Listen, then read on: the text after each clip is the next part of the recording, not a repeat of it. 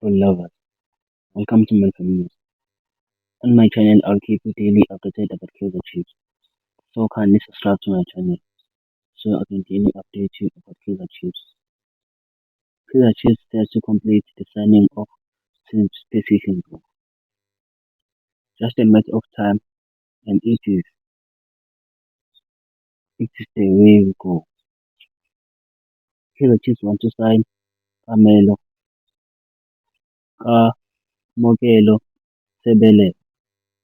However, TS Galaxy intends to keep him and continue with the star who just signed a 5-year contract extension.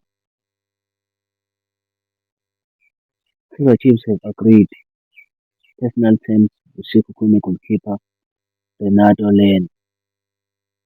Kaizer Chiefs are now in talks with Sekhukhune United for the star.